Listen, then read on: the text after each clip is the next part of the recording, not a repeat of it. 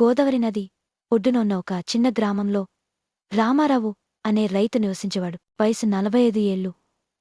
మొలకెత్తిన తలపై తెల్లటి తలపాగా, చేతిలో వరికోతల సాధనాలు, ముంచుకొస్తున్న పగటి వెలుతురులో ఆనిముత్యాల్లా కనిపించే చెమటతో ప్రతిరోజు తెల్లవారుజామున కళ్ళు చెదిరేలా పొలానికి బయలుదేరేవాడు. అతని వద్ద కేవలం 2 ఎకరాల పొలం మాత్రమే ఉండేది. అది కూడా భూకంపాలతో కుదిపినట్టుగా మాదిరిగానే ఎక్కువ పంటలు రావడం కష్టమే. అయితే రామారావు తన మట్టి మీద గట్టి నమ్మకం ఉంచేవాడు. ఇది పుట్టిన ఇల్లు, దేవాలయం లాంటిది. అతని భార్య లక్ష్మి గృహిణిగా ఉండేది. మృదువైన స్వభావం, ఎప్పుడూ భర్తకు అండగా నిలిచే గుణం ఆమెది. వారి కుమారుడు చిన్ని 12 ఏళ్ల బాలుడు.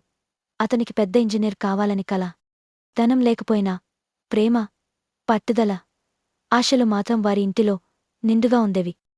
ఒక సంవత్సరం వర్షాలు పూర్తిగా విఫలమయ్యాయి. భూమి బీటల పడిపోయింది. బావులు ఎండిపోయాయి. రామారావు వేసిన వరి పంట పొట్టితిన్నట్టు ఎండిపోయింది.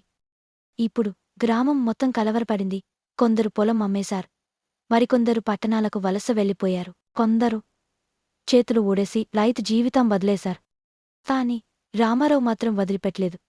ఒక సాయంత్రం వేప చెట్టు క్రింద చిన్నితో కూర్చొని ఇలా అన్నాడు. చిన్నీ, ఈ పొలం నాకు ఉద్యోగం కాదు. ఇది నా గర్వం.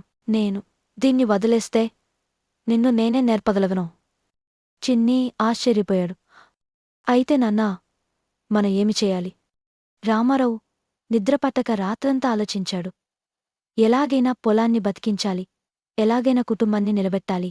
2 రోజుల తర్వాత రామారావు గ్రామంలోని పాత బోర్వెల్లును పరిశీలించాడు. అది చాలా కాలంగా వాడని బోర్. ఎవరూ నమ్మకపోయినా రామారావు నమ్మాడు. అతను తన పొలం అమ్ముకుండా తన మేకలు అమ్మీరు 10 సున్న కూడబెట్టి బోర్వెల్ మోటార్ మరమ్మత్తు చేయించాడు.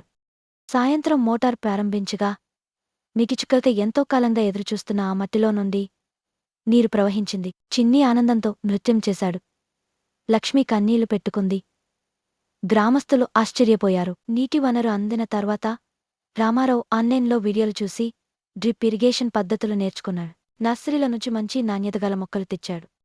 కొంతవరకు జామ, మిరపకాయలు, టమాటాలు మొదలైన తక్కువ నీటితో పెరిగే పంటలు సాగు చేశాడు. తన పొలాన్ని స్మార్ట్ఫోన్తో పర్యవేక్షించడం ప్రారంభించాడు.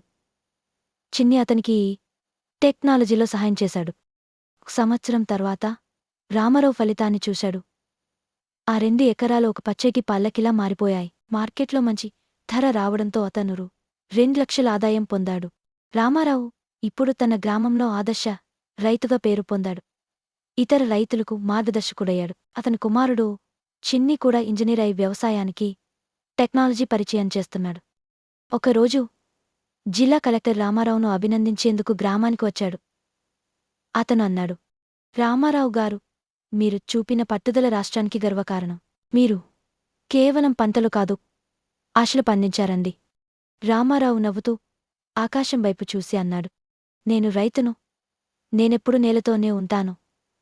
కాని నా కలాలు మాత్రం ఎప్పుడూ ఆకాశాన్ని తాకుతాయి.